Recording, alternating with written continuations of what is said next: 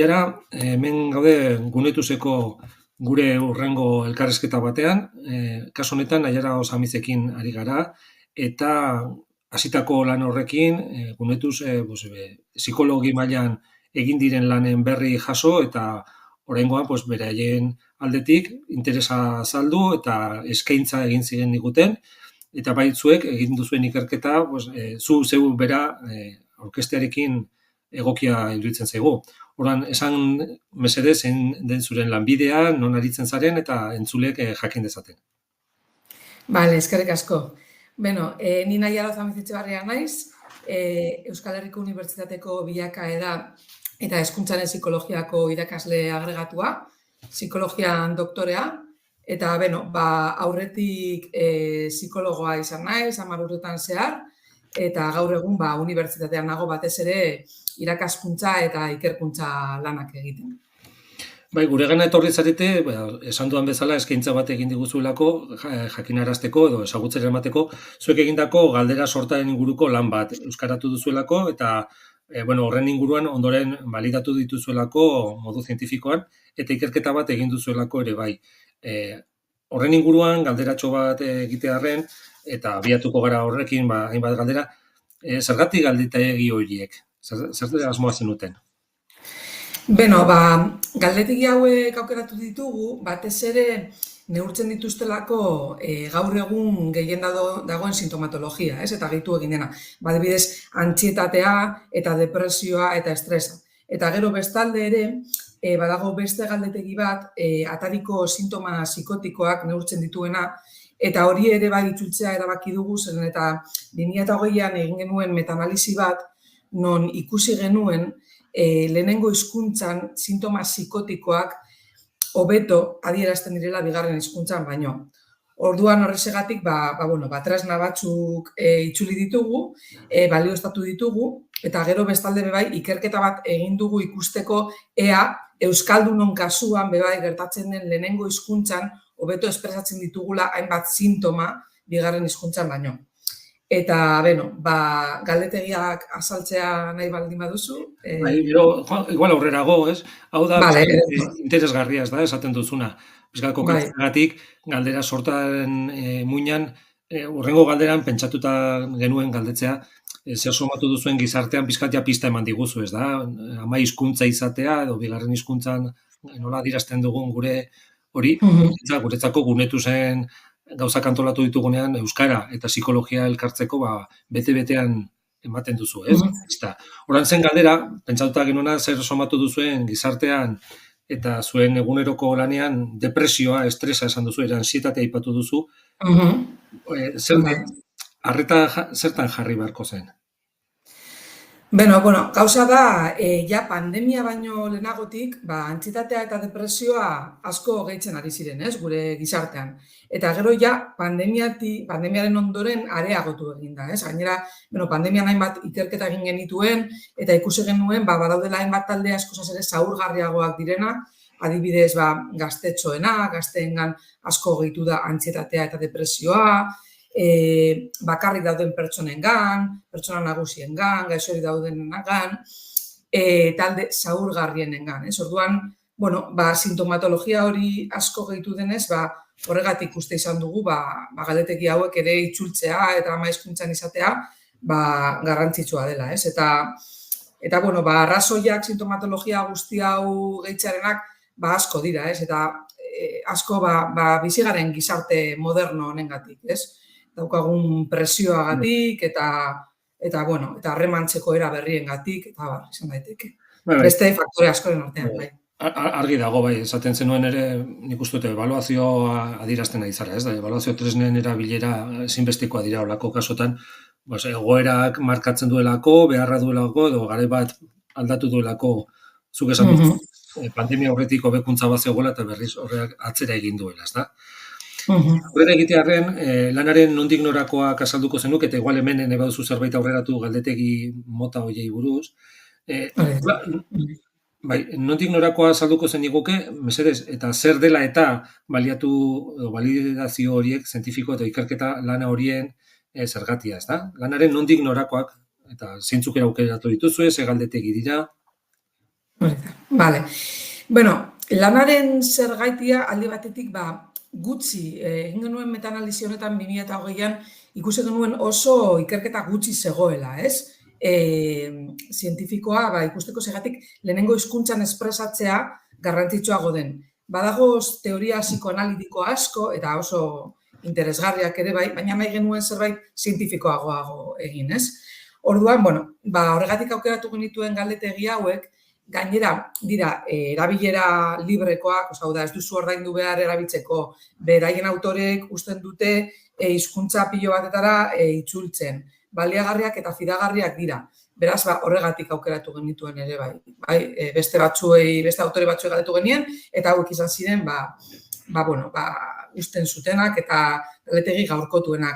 Gainera dira, galdetegi batzuk oso errazak, pasatzeko, arinak, oso ondo neurtzen dituztenak sintomak, eta galdetegiak berez, gaur egun badaude Osakidetzan ere, Leire Erkorekak hor sartu ditu, horko direktorioan, eta gero, gunetu zen ere badaude, ikus daitezke bertan, eta dira, alde batetik DAS, dituela 42 galdera, direla antsietatea, depresioa eta estresa neurtzeko galdetegi bat, gero PQB, dela atariko sintoma psikotikoak neurtzeko galdetegia, etorkizunean gaixotasun psikotiko bat garatu dezaketen gaztetxoentzat egina, PHQB bederatzi dela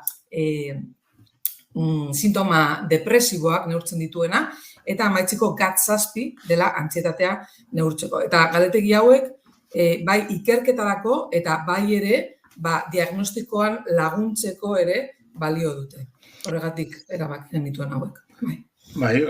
Eskerrik asko, oso ondo azalduta, eta ohartxo batzuk apuntatzen ari nintzen, egia esan hasieran ez dugu esan, eta zu azpimarratu zu, Leire Erkoreka izan dela zure lankidea, zuzenean, lan honen berri eman zen igutenak, zuk esan duzun bezala gunetu zen daukazu, eta orain izenak aipatuta, eta batez ere libre direla jakitea, gure kideak direnentzako, eta gunetu zen sartzen direnentzako interesgarria.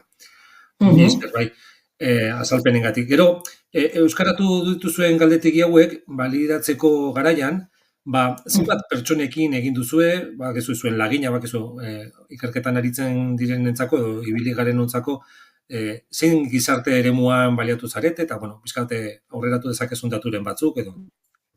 Hori da. Leire Erkoreka eta BCBL-rekin batera egin dugu ere ikerketa, hori argitu nahi duen lehenengo. Eta gero bestalde, egin dugu populazio orokorrarekin eta populazio klinikoarekin ere, elkarrizketak. Eta egin ditugu 623 pertsonarengan. Egin ditugu elkarrizketa hauek, eta tresnak pasatu dizkiogu beraien ama hizkuntzan eta bigarren hizkuntzan. Hauek ziren paziente elebidunak. Eta gainera, horrez gain, ere galdetu diegu, noiztik ikasten duten hizkuntza bakoitza, zelako erraztasuna daukaten bakoitzarekin. Beraz, nahiko zorrotzak izan gara galdetegi hau pasatzerako momentuan. Behar den bezala ez da, gero gainera Euskaldunen artean tresna gutxi ditugula, bintzat ondo oinarritutakoak izan behar dira, eta esan duzun bezala ama hizkuntza eta beti eskatu zego elebidun izatea, ezin targiago, ez da. Zuen ustez, eta hau da bizka galdera ere interesa topatu duzuekin, gure segarren galdera, gizarteak ahulezi emozional baten ondorioz pairatzen ditu depresioa. Zuen ustez, estresa eta antsietatea, depresioa barne, egoera gehiago ematen dira gaur egun, urte batzuk baino, atzera, bai aipatu duzu pandemia aurretik hobekuntza bat zegoela eta pandemia ondoren okerrera joan dela, kezka jarri duzuela gazteengan. Orduan, ze ahulezi uste duzu alderdi emozionalean ikertuaren arabera jakitera emateko? Faktoreak asko dira, ez? Baina, adibidez, gaur egun gizarte likidoago batetan gaude, adibidez, harremanak ez dira lehengoak bezala, ez? Gizarte individualista batera goaz, ez daukagu lehen zegoen komunitate, familia, laguntza hori hainbeste, ez? Eta horrek eragina izan dezake. Gero ere ziurgabetasun handia dago gazten artean adibidez lanarekiko, edo prekarietatea, Orduan, aldagai asko izan daitezke hori eragin dezaketenak, ez? Eta esan bezala, hau gehiagora joan da, antsietate eta depresioa duela urte batzuk, eta gero askoz gehiago ditu da, eta esan dizudan, talde zaurgarrienetan batez ere.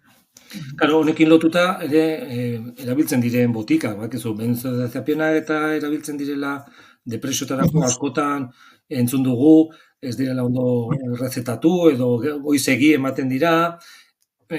Zuen ustez, konsumo ugari badago, badakizu datuak esaten dutela Espainia, benzodiazepinaren konsumoan lehena izaten dela Europa mailan, mundu mailan, esan genezake.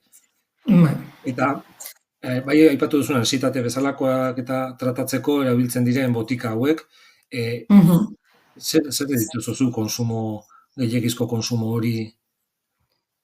Oso gai kezkagarria da, eta hala esaten dute datuek, benzodiazepinen kontsumoa oso altua dela, eta azken batean benzodiazepinak edo antxiolitikoak errezetatzea badakigu dela tirita bat ipintzea, zauri bati infektatuta dagoena, ez? Orduan, izan daiteke momenturako laguntza, ez? Edo pertsona batzuei momentu puntual batzuetan lagungarria izan dakieke, baina ez da soluzioa, ez? Inola ere, gaur egun dauden arazo psikologiko guztientzako. Baina, osasun sistema publikoan tamalez, ez dago profesional nahikorik, badaude batzuk, baina ez dira nahikoak, badauden zailtasun psikologiko guztiei aurre egiteko, eta orduan, hori izango litzateke errazena, ez? Benzodiazepina batzuk errezetatzea.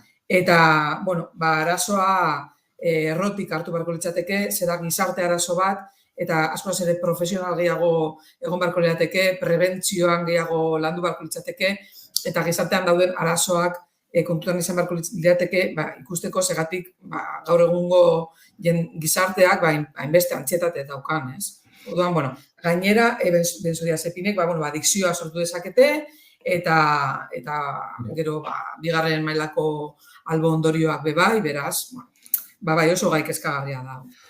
Honekin lotuta, ondo baderitzozu, oso interesgarria da jakiteak esan dugu, adibidez, gure eremu honetan, konsumo handia dagoela, eta badakigu ere horren aurrean, prebentzio mailan, eguzkitan egotea, argitasuna, paseatzera, kalera ateratzea, zenbat laguntzen duen, itxi egiten den horietarako, ez? Eta ilunpean bizi direnentzako.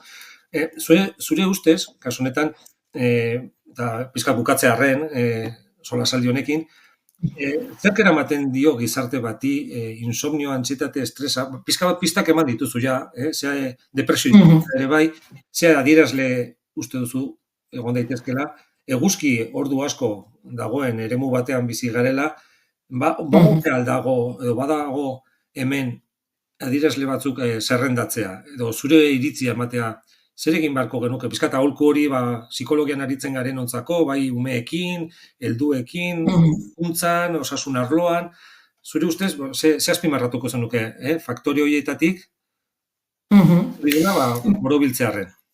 Bai, egia da, eguzki ordu gehiago izateak laguntzen duela, adibidez, iparraldean badaude hainbat herrialde, non daukaten depresio mota konkretu bat, eguzki ordu gutxi dituztelako, eta hori izan daiteke babes faktore bat hemen, naiz eta, ere urtaro aldaketek ere bai eragina daukaten, eta baina badakigu ez dela faktore bakarra, arazo psikologikoak izateko, orduan babes faktore horrek lagundu dezake pizkat, baina ez hainbeste. Orduan, esan duzuna, ez, beste aldagai asko daudenak, daude eragiten dut. Karga adibidez, lanatik eratorritako kargak, ez, amatak eta lana konpaginatzeko, ez? Hori da, lan estresa, eta, esan duguna, gero gaur egun dagoen sare sozialen erabilera hori, konparazioa, gaur egungo harremanak, ez dira, orduan aldagai asko, ez? Eragiten dute, argiaz gain, ez? Orduan, esan dudan bezala, bai hezkuntzatik, bai osasun sistematik, gizartetik aldaketa ezberdinak egon behar dira. Osasun mentala hobetzeko. Honen gakoa eman duzu, nire hezkuntzan lan egiten dut gazteekin, eta kezkatu zaituena ere ikerketa egiterakoan, neraben artean nola gertatzen diren ere antsietate egoerak. Ez duzu imaginatzen zenbat ordu pasatzen duten txiklea jaten, ansiedade hori erasaitzeko klase orduetan. Aldaketa handia dago ere pandemia eta gero. Oso interesgarria esaten duzun hori, pista ematen diguzu, lan asko egin behar dela, erakunde ezberdinetatik denok batera lan egitearena argi dago ezinbesteko izango dela orain eta datozen urtetan areagotu ez dadin, baina seguru badagola zerbait ez duguna galdetu eta kontatu nahi diguzuna edo esan nahi duzun zerbait, gehitzeko? Bueno, batez ere, euskara eta psikologiari dagokionez, ikerketa hau egin dugula, ikusteko, psikoterapia eta hartatzea eta dena euskaraz egitea garrantzitsua dela, baina ez bakarrik pazientea gustorago egongo delako bere terapeuta euskaldunarekin edo lotura hobea egingo duelako edo identitate bat daukalako, baizik eta dagozela hor oinarri zientifikoak ere bai, ez? Eta hori izan da gure lanaren helburua eta horretan gabiz, gure ikerketak egiten, bai emateko indar zientifiko bat guzti honi, ez bakarrik, argumentu subjektiboagoak. Eta hori izan da ere bai gure helburua eta, jarraitu dezagun euskaraz lanean, oso garrantzitsua delako euskal jendearentzat batez ere. Bueno, hori da, eskerrik asko, askotan pentsatzen dugu euskara zaintzarekin nahikoa dela eta baina ez dela hori, ez? Modu zientifikoan aztertu, validatu egin duzue, kasu honetan, eta gainera doainik diren elementuak libre daudelako eta gure esku jarrituzue, zuek esan duzuen bezala, gure web orrialdean daukazu. Hori da. Eta, eskerrik asko ere preste egon zaretelako elkarrizketa labur honetan zuen lanaren berri emateko. Bale, zuei mila esker, pospozik. Bale, beste bat arte eta badakizue gure eremua irikita duzuen zuen argitalpen eta nahi duzuenean elkarlana, badakizue komunikabideekin ari garela ere bai gure lana zabaltzen, hor daukazue aukera, eta hori, esan dakoa, eskerrik asko. Bale, mila esker zuri. Bale, agur.